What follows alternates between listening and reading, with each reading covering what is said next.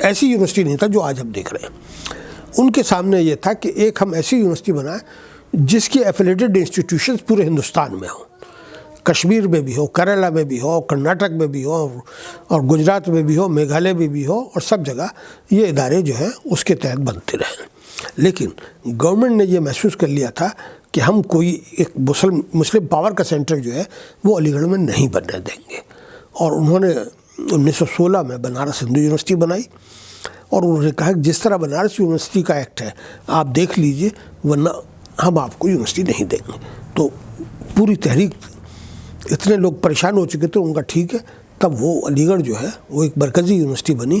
اس کو ایفیلیشن کا جو لحاق کا پاور ہے وہ نہیں دیا گیا. لیکن اس زمانے میں بھی سر سید نے کالج بنیادی طور پر مسلمانوں کے لیے بنایا, مسلمانوں کی ضرورتوں کے لیے بنایا, لیکن انہوں نے اس کے دروازے سب کے لیے کھلے رکھے. ایک تصور یہ بھی ہے, زیادہ تر 90-99% لوگ یہ مانتے ہیں کہ سر سید نے 1869 سے 70 تک لندن کا سفر کیا, اور انہوں نے آکسفورڈ اور کیمبرج کے پیٹرن کو اپنایا, اور یہ آکسبرج ماڈل پر قائم ہوا. میں اس بات کو ماننے کو تیار نہیں ہوں, کیونکہ جو سر سید نے مضامین لکھے, جو خطوط لکھے, جو جس پہ بحث کیے, انہوں نے کہا کہ میں چاہتا ہوں کہ جو حیثیت قرطبہ کو حاصل ہے, جو حیثیت جامعہ ازہر کو حاصل ہے, میں اسی طرز پہ اس اداروں کو قائم کرنا چاہتا ہوں. جو علم تھا وہ مسلمانوں کی میراث ہے, اور اسپین سے یہ علم جو ہے وہ کیمبرج اور آکسفورڈ میں آیا, اور میں اس علم کو جو نئی شکل میں آیا, بہتر شکل میں آیا, میں اس کو واپس لے رہا ہوں. ٹارگٹ کیمبرج اور آکسفورڈ ہی ہے, سر سید کے سامنے نہیں ہے, بلکہ جامعہ ازہر ہے, قرطبہ ہے. تو اس طریقے سے اب اس کی میں مثالیں دینا چاہتا ہوں کہ جیسی ڈائننگ ہال کا سسٹم ہے, سر سید نے لکھا کہ صاحب مسلمانوں میں 2 طرح کا کھانے کا رواج تھا. ایک عربوں کا ہے جو بیٹھتے ہیں طباق پہ کھاتے ہیں, آپ کے یہاں کشمیر میں بھی اس طرح کا وہ ہے کہ ایک جگہ اکٹھے ہو جاتے ہیں, طباق میں وہ سب کھاتے ہیں, اور جو عربوں میں آج بھی ہے. دوسرا ترکی کا ہے جو چھری کانٹے سے الگ الگ پلیٹوں میں کھاتے ہیں. تو سر سید نے ترکی کا جو کھانے کا طریقہ تھا اس کو اپنایا. اسی طرح لباس میں, کیونکہ اگر کیمبرج اور آکسفورڈ کا طرز اپناتے تو وہاں تو ہیٹ تھا, وہاں تو ٹائی تھی, وہاں تو کوٹ تھا. سر سید نے ترکی ٹوپی کو رکھا جو ظاہر ہے مسلمانوں کی شناخت ہے. سر سید نے ترکی کوٹ رکھا, تو وہاں بھی سر سید نے آکسفورڈ اور کیمبرج کو نہیں لیا. اور جس طرح سے کیمبرج اور آکسفورڈ میں اور یورپ میں سنڈے کو پریئر ہوتی ہے, سر سید نے یونیورسٹی اس کالج کے اندر ایک مسجد بنائی جس میں 5 وقت کی نماز جو ہے وہ ہوتی ہے, اور ہر طالب علم کے لیے نماز پڑھنا لازم تھا. میرے خیال سے دنیا میں اکیلی یونیورسٹی ہے جس میں آج کی تاریخ میں بھی ایک پوسٹ ہے ایسے سال میں پریئر مانیٹر. اس کا کام ہے کہ بچوں کو ترغیب دینا اور اس کو پرے کے لیے, عبادت کے لیے تیار کرنا. ایسے سال کے اندر جو مسجد ہے وہاں پر ایسے سال کی پوسٹوں میں ایک پریئر مانیٹر کی پوسٹ بھی ہے. تو یہ سر سید کا جو سسٹم تھا کہ ہر بچہ جو ہے وہ پھر دوسرا یہ کہ سر سید کا ایک ہاتھ میں سائنس ہوگی, دوسرے ہاتھ میں فلسفہ ہوگا, اور سر میں کلمہ طیبہ کا تاج ہوگا سر پر. تو یہ سر سید کا فلسفہ تھا کہ وہ چاہتے تھے کہ صرف مسلمان جدید تعلیم حاصل نہ کریں بلکہ اپنی تہذیب, اپنی ثقافت اور اسلامی تشخص جو ہے اس کو بھی باقی رکھیں. سر سید 1869 میں جب لندن گئے ہیں, اس سے پہلے وہ صافہ باندھتے تھے. انہوں نے خاص طور سے وہ لباس تیار کیا ترکی ٹوپی کا, ترکی کوٹ کا. تو ان کا کہ میں یورپ جا رہا ہوں تو کم سے کم میری جو شناخت ہے, اسلامی شناخت, وہ رہنی چاہیے, اور وہ انہی لباس سے بھی رہے گی. اور انہوں نے اپنایا. تو یہ بہت سی چیزیں ہیں جس کے بارے میں لوگوں نے گفتگو نہیں کی, لوگوں کو علم نہیں ہے. تو یہ ہے. لیکن سر سید کی تحریریں آپ دیکھیے, صحیح چیزیں لوگوں کے سامنے نہیں آ رہی. جو سر سید نے آرٹیکل لکھے, انسٹیٹیوٹ گزٹ میں لکھے, مجھ کو ایسا لگتا ہے کہ سر سید نے 10,000 سے زائد صفحات جو ہے وہ لکھے ہیں. نئی ریسرچز ہونی چاہیے, نئی چیزیں ہونی چاہیے. سر سید کے نام پر ہم نے ایک سر سید اکیڈمی بنا دی ہے.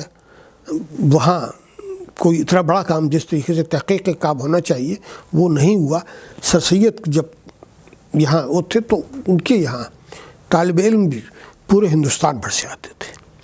آپ ہی کے کشمیر سے ایک طالب علم تھا خوشی محمد ناظر، وہ یہاں آیا اور شاعری کرتا تھا اور سر سید کیا بہت ساری اس کی وہ ملتی ہے. وہ اس وقت ایک قسم کا کالج پوئٹ تھا، بن گیا تھا، اور وہ بعد میں آپ کے ہاں گورنر بھی بنا. دوسرا میں ایک نام اور لینا چاہتا ہوں، وہ تھے شیخ محمد عبداللہ، جن کو پاپا میاں کے نام سے یہاں کہتے ہیں. وہ پہلے ان کی فیملی ریناواڑی میں شفٹ ہوئی، پھر وہ جا کے پنچ چلے گئے، اور پنچ جانے کے بعد وہاں ایک نظام الدین کا مدرسہ تھا، وہاں انہوں نے تعلیم حاصل کی. اور اس کے بعد لوگوں نے محسوس کیا کہ وہاں ایک طبیب کی ضرورت ہے جموں ریجن میں. ان کو لاہور بھیج دیا، اور لاہور بھیجنے کے بعد کیونکہ وہ جو صاحب پڑھا رہے تھے وہ قادیانی تھے، لہذا وہ ان کو لاہور لے گئے، قادیان لے گئے، اور ان کو جا کے قادیانی مذہب میں داخل کر دیا. تو ان کا ایک بڑا کارنامہ ہے. وہ مولانا قادیانی جو تھے ان کا خط لے کے آئے تھے سر سید کے پاس، سر سید نے داخلہ دیا اور ان کو اپنے یہاں رکھا، اور اس شخص نے اتنا زبردست خدمت انجام دی، کیونکہ پیسے تو تھے نہیں، گھر والوں نے نکال دیا تھا. تو انہوں نے یہاں پہ لڑکیوں کی تعلیم کے لیے کام کیا. برہمن تھے ذات سے، اور انہوں نے کام کیا، اور یہاں لڑکیوں کے لیے جو تعلیم نسواں کا جو پورا تصور ہے انہوں نے ایک چھوٹا سا پہلے جس وقت انہوں نے اپنی تحریک شروع کی، اس وقت جو یہاں کا پرنسپل تھا آرچ بولڈ، اس نے کہا کہ female education is injurious to the health of M A college. اس حد تک یعنی وہ تعلیم نسواں جو ہے وہ محمدن اینگلو اورینٹل کالج کے احاطے کے لیے، کالج کے لیے بہت مضر ہے. تو لہذا میں یہاں کالج نہیں قائم کرنے دوں گا لڑکیوں کا. تو ان کو 6 کلومیٹر دور پر، جس طرح شہر میں چھوا چھوت کے اسپتال شہر سے باہر بنائے جاتے ہیں، ان کو بیچاروں کو ٹنٹن پاڑے میں وہ مدرسہ کھولنا پڑا. پھر وہ بنی اسرائیلان میں آئے، اور پھر 1914 میں وہ یہاں آئے، اور کس طریقے سے انہوں نے کوشش کی. آج اسی کشمیر کے شیخ محمد عبداللہ پاپا میاں کے نام ایک ان کا عبداللہ لاج ہے، جہاں بچیوں کا اسکول چلتا ہے، عبداللہ اسکول. ایک گرلس ہائی اسکول ہے، ایک سینئر سیکنڈری اسکول گرلس ہے، ایک ویمنس کالج. اور ان سب کے لیے ایک بہت بڑا ہال آف ریزیڈنس ہے، بہت سارے ہاسٹلس ہیں، اس کا نام عبداللہ ہال ہے. تو غرض یہ کہ ماڈرن ایجوکیشن کے لیے، تعلیم نسواں کے لیے، اس کی تمام چیزوں کے لیے یہ ادارہ ترقی کرتا رہا. بعد میں جب یہ کالج بن گیا، اس نے ترقی کی. 1920 میں اس کو یونیورسٹی کا اسٹیٹس ملا، اور اس وقت جب اسٹیٹس ملا تو اس وقت یہ لازم کر دیا تھا کہ ہر کورٹ کا جو ممبر ہے، جو یونیورسٹی کی سپریم گورننگ باڈی ہوتی ہے، اس کا ممبر صرف مسلمان ہوگا. دینیات کی تعلیم لازم ہوگی. 47 میں جب ملک آزاد ہو گیا تو ملک کے نئے کانسٹیٹیوشن کے حساب سے کچھ ضرورتیں تھیں، تو اس میں ترمیم کی گئی. اور اس طریقے سے یہ ادارہ جو ہے، بہت سارے یہاں ڈپارٹمنٹ ایسے ہیں جہاں 100% مسلمان ہیں. مثال کے طور پہ شعبہ اردو ہے، شعبہ عربی ہے، شعبہ فارسی ہے، دینیات شیعہ تھیولوجی اور سنی تھیولوجی ہے، یونانی میڈیسن کا ڈپارٹمنٹ ہے. اس طرح کے ڈپارٹمنٹ ہیں جس کی وجہ سے یہاں اکثریت جو نظر آتی ہے اس کیمپس میں، وہ مسلمانوں کی اس وجہ سے بھی نظر آتی ہے. کچھ شعبے جو ہیں وہ بس، کیونکہ یونیورسٹی کا مقصد ہی اورینٹل اسٹڈیز کو پروموٹ کرنا تھا، میڈیکل ایجوکیشن کو پروموٹ کرنا نہیں تھا، انجینئرنگ کو ایجوکیشن کو پروموٹ کرنا نہیں تھا. بنیادی یہ تھا کہ مشرقی علوم و فنون کو ہم فروغ دیں گے اور اس کی ترقی دیں گے، وہی ہماری میراث ہے. تو اس طریقے سے علی گڑھ نے ان چیزوں کو ترقی دی، اور کافی آج پوری دنیا میں، دنیا کا کوئی خطہ ایسا نہیں ہے جہاں علی گڑھ کے اولڈ بوائے، علی گڑھ کی لڑکیاں یا الومنائی جو ہے وہاں موجود نہ ہوں. اور وہ سر سید کا جشن جو ہے ہر سال 17 اکتوبر کو مناتے ہیں. اور میں یہ کہہ سکتا ہوں پوری دنیا میں صرف سر سید کی شخصیت ایسی ہے جس کا جشن پوری دنیا میں منایا جاتا ہے. حالانکہ سر سید جو ہے وہ اس چیز کے سخت خلاف تھے. سر سید نام و نمود کے خلاف تھے، ناموری کے خلاف تھے. سر سید تو اس حد تک خلاف تھے، میں پڑھ رہا تھا کہ ایک مرتبہ سر سید نے ایک نوٹس نکالا کہ آج سے اس کالج کے اندر شعر و شاعری پر پابندی لگائی جاتی ہے. اس کی وجہ انہوں نے بیان کی کہ صاحب شعر و شاعری جو ہے خواب و خیال کی دنیا میں بچوں کو لے جاتی ہے، اس کا حقیقی زندگی سے کوئی تعلق نہیں ہوتا. لہذا میں نہیں چاہتا کہ میرے بچے کالج کے طالب علم جو ہے وہ خواب و خیال کی دنیا میں زندہ رہیں، انہیں حقیقت کا مقابلہ کرنا چاہیے. لہذا میں شاعری کے اوپر پابندی لگاتا ہوں.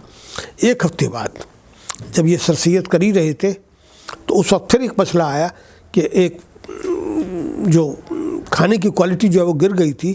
پھر ان سے پوچھا گیا کہ کیا معاملہ ہوا، تو انہوں نے کہا کہ صاحب وہ جو کھانا بنانے والا تھا جب تک وہ گنگناتا نہیں تھا تو اس وقت تک اچھی کھانا نہیں بنا سکتا تھا. تو پھر ایک اسٹینڈنگ آرڈر کیا کہ اس شخص کو اجازت ہوگی کہ وہ گنگنا سکتا ہے، کیونکہ بچوں کی صحت جو ہے وہ بھی بہت ضروری ہے. تو سر سید تو اتنا اس کے آدمی تھے. تو سر سید کے ہاں بہت سی چیزیں ہمیں ملتی ہیں، اور ہم نے سر سید کو ایک تسبیح کے دانے کی طرح ہم استعمال کر رہے ہیں. ان کی فکر، ان کا عمل، ان کے کردار، ان کے اخلاق کو ہم نے اس پر توجہ نہیں دی. اب کیونکہ سر سید کے پیدائش کو بھی اتنے سال ہو گئے، یونیورسٹی کو بھی اتنی ترقی ہو گئی، 100 سالہ جشن بھی ہم منا چکے. ضرورت ہمیں یہ ہے کہ ہم پھر سے جہاں ایک کام اور کیا، سر سید نے جب دیکھا کہ ایک ادارہ ضرورت کو پورا نہیں کر سکتا تو 1886 میں انہوں نے آل انڈیا مسلم ایجوکیشن کانفرنس قائم کی، جس کی سالانہ اجلاس بڑے دور دراز میں، رنگون تک میں ہوئے ہیں، برما میں ہوئے ہیں. کوئی جگہ ایسی نہیں ہے جہاں پر ذرائع نہیں تھے، اس کے باوجود یہ سب ہوتے تھے. اور انہوں نے پورے ہندوستان میں اس کے اجلاس کیے. اور پھر سر سید نے چندہ جمع کرنے کے لیے کیا کیا طریقے نہیں اپنائے. 1884 میں اسی یہاں علی گڑھ میں نمائش لگتی ہے، وہاں انہوں نے استعمال کیا. سر سید گئے اور وہاں جا کے انہوں نے ایک ڈرامہ اسٹیج کیا جس میں علامہ شبلی بھی شریک ہے اور بڑے بڑے عالم بھی شریک ہیں، تاکہ لوگ کم سے کم اس بہانے چندہ کی وجہ سے ٹکٹ لیں اور وہ آئیں اور جا کے ہمیں دیکھیں، اور اس پیسے کو ہم ایک تعمیری کام میں لگائیں. تو سر سید نے چندہ حاصل کرنے کے لیے ڈرامہ اسٹیج کیے ہیں، ناٹک کیے ہیں. کون سے سر سید نے طریقے نہیں اپنائے؟ جو بھی طریقے ہو سکتے تھے قوم کی فلاح اور بہبود کے، وہ سارے طریقے اپنائے گئے. اور یہ ادارہ جو ہے وہ بڑی مشکل سے قائم ہوا ہے. آج اس کا احساس نہیں ہو رہا. اور ایک بڑی بدقسمتی ہماری یہ بھی ہے کہ جو طالب علم اس وقت تعلیم حاصل کر رہے ہیں انہیں اس ادارے کی تاریخ کا پتہ نہیں ہے. ان کو ہالوں کے بارے میں نہیں پتہ کہ آپ علامہ اقبال ہال میں رہتے ہیں. علامہ اقبال کا علی گڑھ یونیورسٹی سے کیا تعلق، سر سید سے کیا تعلق ہے، محسن الملک کون ہے، وقار الملک کون ہے، سر ضیاء الدین کون ہے، راس مسعود کون ہے، آفتاب احمد خان کون ہے.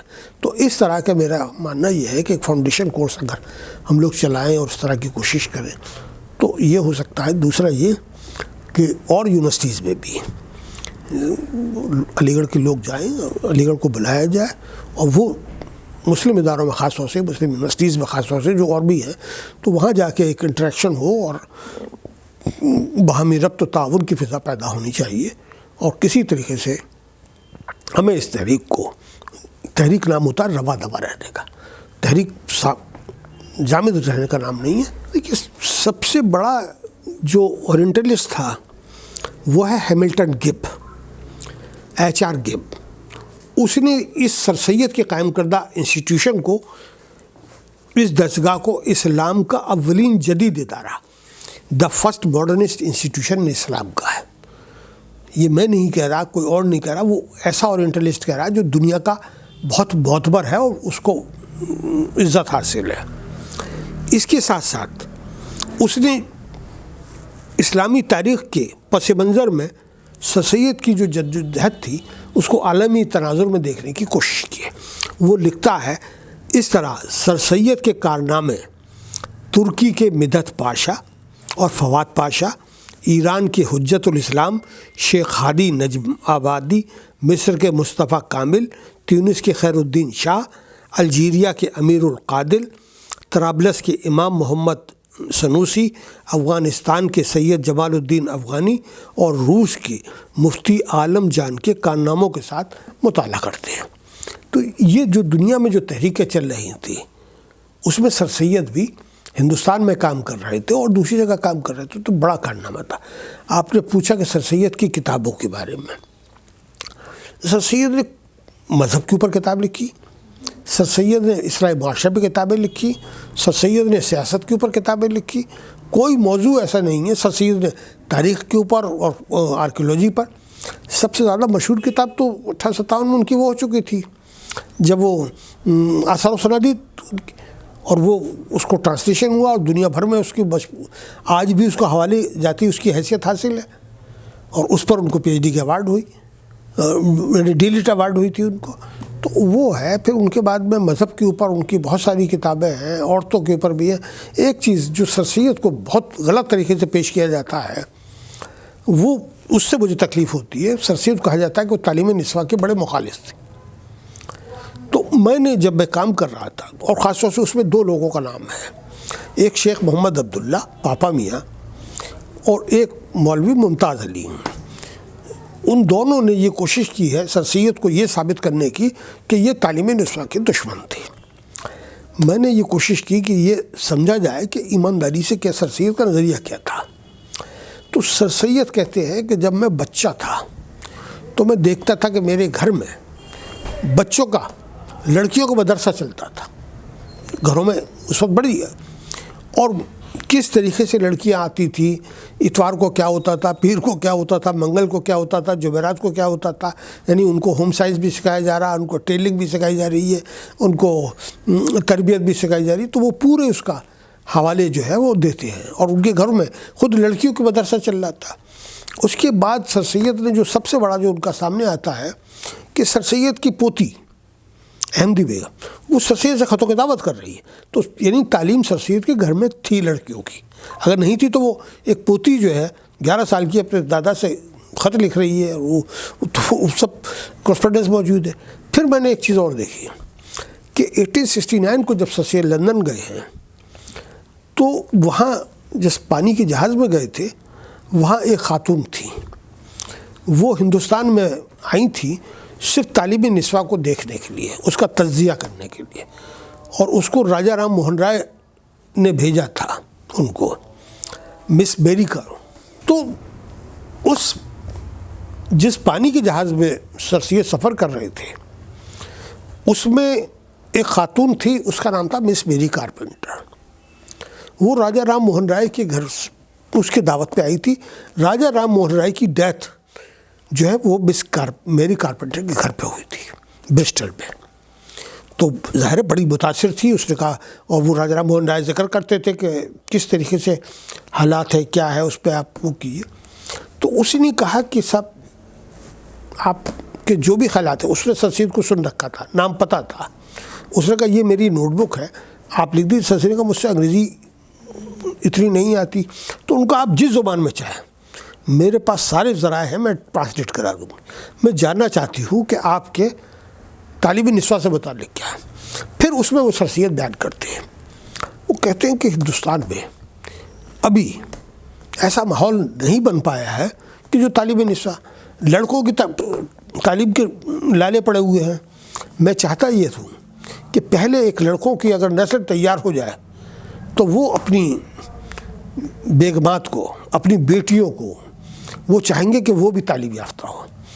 تو ایک نسل کا کام جو ہے میں شروع کر دیا ہے، آنے والی نسل جو ہے وہ لڑکیوں کی تعلیم پہ توجہ دے گی۔ میں تعلیم نسواں کا مخالف نہیں ہوں۔ پھر دوسرا وہ کہتے ہیں جس گھر میں وہ ٹھہرے تھے وہاں لندن میں، تو وہاں اس کی مکان مالکہ جو تھی وہ لڈلم تھی، اور اس کی جو نوکرانی تھی اس کو دیکھ کے سر سید نے پورے مضامین لکھے۔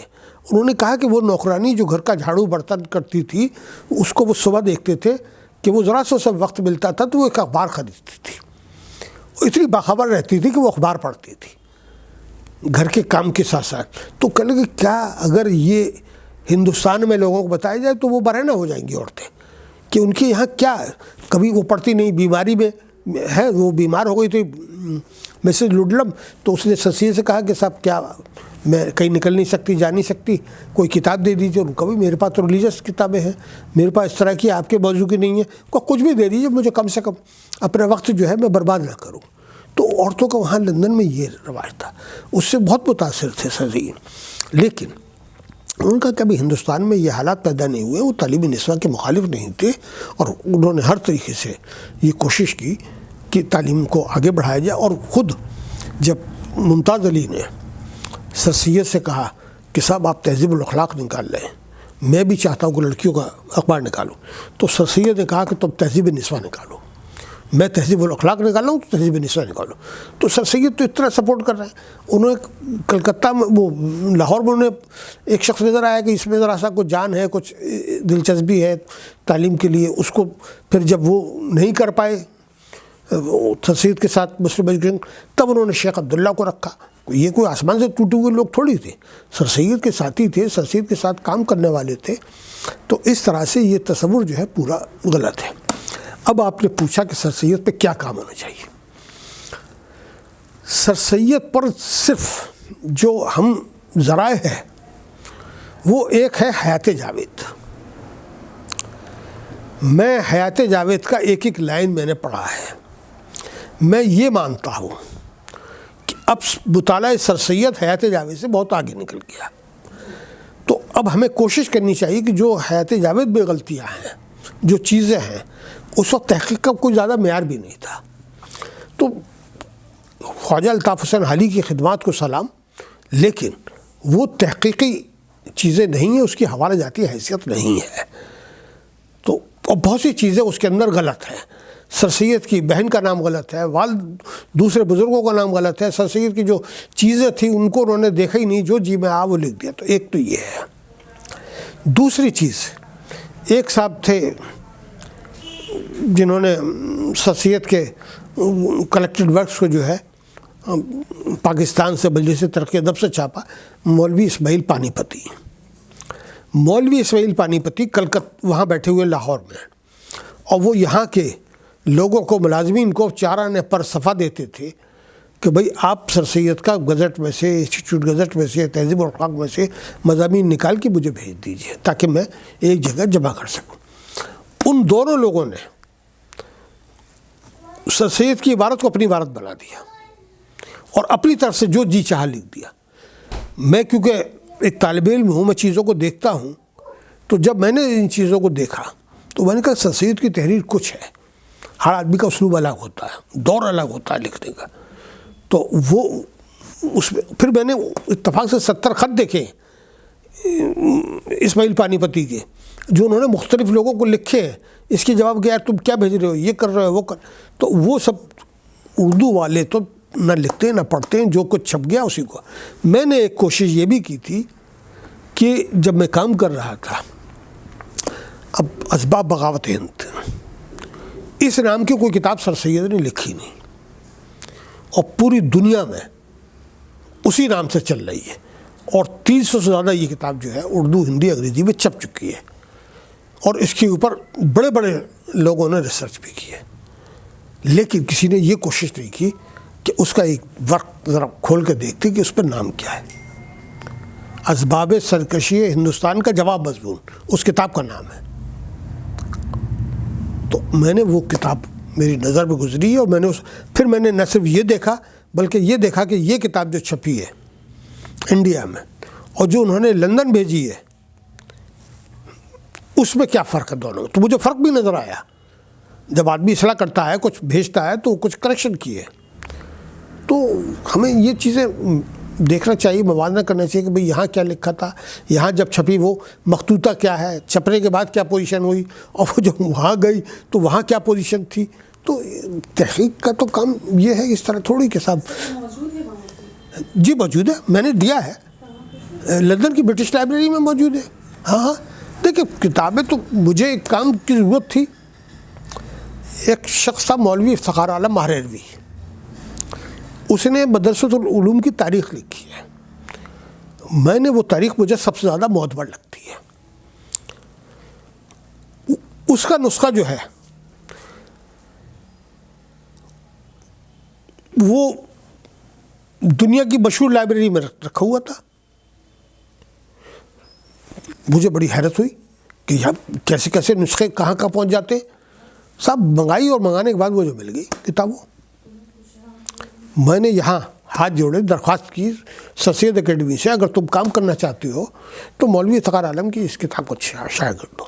وہ شائع کی انہوں نے، لیکن کیونکہ اس میں ہندوستان میں وہ لکھے جاتے تھے رقم 2 آنے ہیں 4 آنے ہیں 2، تو وہ یہاں پڑھنے والے اب ہے ہی نہیں ہندوستان میں، کیا پوری دنیا میں نہیں رہے کچھ، تو وہ ضرور وہ ہوگا، یا بڑے ان کے نقشے بھی تھے کہ کون سی عمارت کہاں بنے گی، کیسے بنے گی، اس کا کیا وہ ہوگا، تو بہت سی عمارتیں وجود میں آئیں، بہت سی نہیں بھی آئیں۔ اس کتاب کو جو مولوی افتخار عالم کی اگر آپ پورے پیپر اس کو دیکھیں ہیں اس میں نقشے، تو وہ چیزیں تھیں، تو وہ چیزیں ہیں بنیادی چیزیں جو ہمیں پڑھنی چاہیے، ہمیں دیکھنی چاہیے۔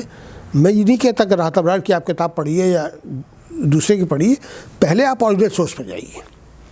اوریجنل سورس کو جب تک آپ نہیں پڑھیں گے آپ کامیاب نہیں ہوں۔ تو یہ تو بہت سی چیزیں ایسی بہت جلال القلوب سر سید کی ہے، حیات جاوید تو حالی کی تھی اور دوسرے لوگوں کی ہے، تو بہت ساری چیزیں سر سید نے جو لکھی ہیں، اور میں آپ کو بتایا کہ 10,000 کے قریب پیج جو ہے سر سید نے لکھے ہیں۔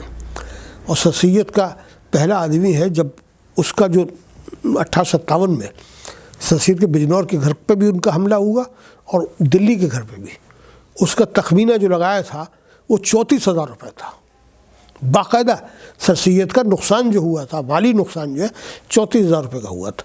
سر سید سے کہا کہ ہم آپ کو ریاست دے رہے ہیں، بھئی اتنا نقصان ہو گیا کہ آپ، انہوں نے کہا نہیں صاحب میں آپ سے ہاتھ جوڑتا ہوں، میں نے جو کچھ ہے مجھے کوئی پیسہ نہیں چاہیے، مجھے کوئی ریاست نہیں چاہیے، میں تو قوم کی فلاح و بہبودی کے لیے آج کی تاریخ میں 2 روپے کے پیچھے جو ہے لوگ پارٹیاں بدل رہے ہیں، لوگ اپنا مذہب بدل رہے ہیں، لوگ کیا کیا حرکتیں کر رہے ہیں۔ تو اگر دیکھنا ہے تو اس کو دیکھو کہ کس طریقے سے ہے۔ سر کون سا کام ہے ابھی تک جو سر سید کا ایڈٹ ہوا ہے اوتھینٹک وے میں اور جو ہونا ہے؟ دیکھیے مجھے تو لگتا ہے کہ کوئی بہت انڈیا میں تو اتنا اچھا نہیں ہوا، باہر ضرور ہوا ہے، جیسے سر سید کے پولیٹیکل تھاٹ پر اچھا کام ہو گیا ہے باہر، سر سید کے اس کے اوپر ریلیجس تھاٹ پہ بھی ہو گیا ہے، لیکن جو سر سید کے مضامین ہیں وہ انگریزی میں آنے چاہیے۔ اچھا اب اس وقت ملکی زبان جو ہے وہ ہندی بھی ہے، تو ہندی میں آپ کو کچھ نہیں ملے گا۔ پھر تیسرا یہ کہ یہ سوشل میڈیا ہے، اس پہ چیزیں آنی چاہیے، جو کچھ ہے الٹا سیدھا بولتے۔ میں آپ یقین مانیے میں 1972 سے 1984 تک میں تقریباً اسٹوڈنٹ رہا، اس کے بعد میں ملازم ہوا، تو میں جس جگہ نوکری کرتا تھا وہ وکٹوریہ گیٹ کے اوپر میرا کمرہ تھا، نیچے بھائی صاحب بیٹھتا تھا۔ میں قسم کھا کے کہتا ہوں کہ میں 20-22 سال تک یہ سمجھتا تھا کہ دیوار پر جو لکھا ہے قرآن پاک کی آیت ہے۔ میری نااہلی تھی، ایک دن میں دیکھ رہا تھا اس پہ لکھا سید احمد، ایک جگہ لکھا ہوا سمیع اللہ، ایک جگہ لکھا ہوا اسماعیل خان۔ ارے میں نے کہا یہ کیسے ہو سکتا ہے؟ اسی وقت میں گیا کیمرے سے، میں نے اس کا عکس لیا، عکس لینے کے بعد شعبہ عربی کے صدر کے پاس گیا، میں نے کہا بھائی میری ایک ذاتی وہ ہے، کہنے لگا بتائیے اس کا تم یہ بتا دو۔ اس نے کہا کہ سر سید احمد خان نے اپنی زندگی میں وکٹوریہ گیٹ کے اندرونی والے حصے میں مدرسۃ العلوم کی تاریخ لکھ دی، جو عربی زبان میں پڑھنے والا نہیں ہے، سمجھے آپ، پڑھنے والا نہیں ہے۔ پھر میں نے اس کو اس سے اردو میں لکھوایا، پھر انگریزی کیا، اور انگریزی کے بعد ہم نے اس کو اس لیول پہنچا کہ سر سید نے لکھا کیا ہے۔ تو یہاں یہ عالم ہے، یہ آپ حیرت کریں گی سر سید کا۔ جب آپ جامع مسجد میں جاتی ہیں تو مسجد کا جو دروازہ ہے اس پر قرآن پاک کی سورہ الفجر لکھی ہوئی ہے، اس کا خطاط وہ ہے جس نے تاج محل کی خطاطی کی ہے، اور تاج محل علی گڑھ یونیورسٹی کے قیام میں 400 سال کا فرق ہے، تو وہ خطاط 400 سال تک تو زندہ نہیں رہا ہوگا۔ تو اس نے کیا کیا کہ اس نے دلی میں ایک اکبری مسجد تھی جامع مسجد کے پاس، وہاں کی خطاطی کی تھی، جسے 1857 کے انگریزوں میں شہید کر دیا تھا۔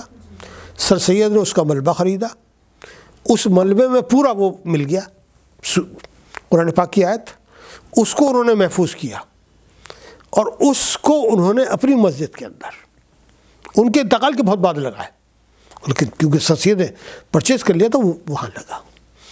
ایک دوسرا واقعہ سن لیجیے، اوپر کوٹ یہاں شہر میں ایک جگہ ہے, وہاں ایک مسجد ہے, جامع مسجد اصل. وہاں دلی کے تاج محل اس کی طرح, قطب مینار کی طرح یا مینارہ کول تھا. سر سید 1864-65 میں یہاں ملازم تھے. ان کو پتہ چلا کہ انگریز جو ہے اس کو مینارے کو توڑ رہا ہے, اس لیے کہ اس کے بہت بری حالت ہو گئی تھی, ورنہ بہت سارے گھروں میں تباہی ہوتی, بہت سے لوگ مر جاتے. تو سر سید نے اس کو مینارے کے اندر جو کتبہ تھا انہوں نے ڈسٹرکٹ مجسٹریٹ سے کہا یہ مجھے دے دیجیے اگر ممکن. انہوں نے دے دیا. اور سر سید نے اس کو نظام میوزیم میں ایس ایس ہال میں وہاں اس کو نصب کرا لیا تھا. ابھی ہم جب علی گڑھ میں میوزیم کی بات تھی, میں نے وائس چانسلر سے کہا کہ صاحب ایک بڑا تاریخی میوزیم ہے یہاں. کہنے لگے کیا؟ میں نے کہا پتھر لگا ہوا ہے. کہنے چلو گئے, جا کے دیکھا تو وہ پتھر لگا ہوا تھا. پھر اس کو بہت کھدائی سے نکلوایا اور وہ ہم نے اب موسیٰ ڈاکری میوزیم میں لگا ہوا ہے. تو یہ چیزیں تھیں جو سر سید نے محفوظ کی. لوگوں کو اس کے بارے میں علم نہیں ہے. آپ یونیورسٹی میں وہ جو گیٹ ہے فیض گیٹ, اس کے برابر میں دیکھا ہوا ایک گیٹ ہے بند رہتا ہے جب پولیس والے ہی بیٹھے رہتے ہیں. دیکھا جب ایس ایس ہال کی طرف جاتے ہیں رجسٹر آفس کے پاس یونیورسٹی سرکل پر, تو وہاں پر وہ گیٹ جو ہے وہ 18ویں صدی کا گیٹ ہے. آگرہ کے قلعے کے پاس تھا, وہ ڈسمینٹل ہوا, وہ داؤد خان نے خریدا, وہ اپنی حویلی میں لگایا, وہ ریاست ختم ہوئی, وہاں سے وہ گیٹ آیا اور 1963 میں یہاں لگایا گیا. تو ایسی ایسی تاریخی عمارتیں یونیورسٹی کے پاس ہے. اب ظاہر یونیورسٹی تو 1875 میں بنی, گیٹ جو ہے وہ 18ویں صدی کا ہے. یہ جو ہے وہ عہد اکبری کے لگی ہوئی ہیں چیزیں. تو بہت سے لوگوں کو علم نہیں ہے. تو اس کو ہمیں محفوظ کرنا چاہیے, لوگوں کو موٹیویٹ کرنا چاہیے. ایک وہ ہو گیا ہیریٹیج واک, وہ لڑکوں کو کرانا چاہیے, نئے لڑکوں کو جن کو ان چیزوں میں دلچسپی ہے. تو کم سے کم تو یہ تبھی تو پتہ چلے گا. اب آپ یہاں رہی ہیں, آپ نے پی ایچ ڈی کیا ہے, آپ کو ان چیزوں کا علم ہی نہیں ہے, اس لیے نہیں ہے کہ آپ کو پتہ نہیں. تو میرا ماننا یہ ہے کہ ان چیزوں پہ بھی ہمیں توجہ دینی چاہیے اور ان چیزوں کو اجاگر کرنا چاہیے اور سامنے لانا. اور تحقیق میں نے آپ کو بتایا کہ انگریزی میں آنا چاہیے, ہندی میں آنا چاہیے, مختلف زبانوں میں جو بھی جس علاقے میں.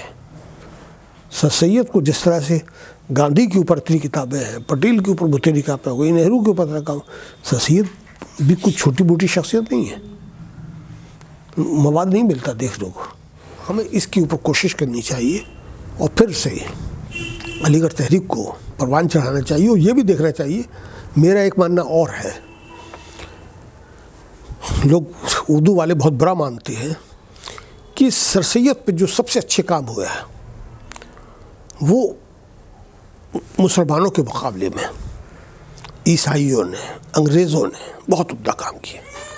کرسچن ڈبلیو ٹرال ہے, اس نے سر سید کی ریلیجس تھنکنگ پر, ریلیجس فلسفی پہ جتنا اچھا کام کیا کسی نے نہیں کیا. ہمارے ایک دوست ہیں ڈیوڈ لیلی ویلڈ جو ابھی موجود ہیں, ان کی جو کتابیں ہیں, ان کی جو تحقیق ہے وہ بہت نایاب ہے. ابھی ایک کیمبرج یونیورسٹی میں ایک صاحبزادی ہیں, انہوں نے کام کیا ہے.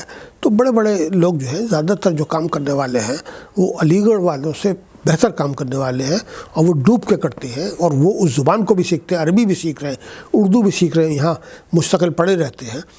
تو کم سے کم علی گڑھ والوں کو انہی کا چیزیں سیکھنی چاہیے, سمجھنا چاہیے کہ کس طریقے سے کام ہوتا ہے. تحقیق کا کام جو ہے وہ بہت پتیواری کا کام ہے, اس کو کرنا چاہیے, اس کو چیزوں کو سمجھنا چاہیے اور اصل ماخذ تک ہمیں پہنچنا چاہیے.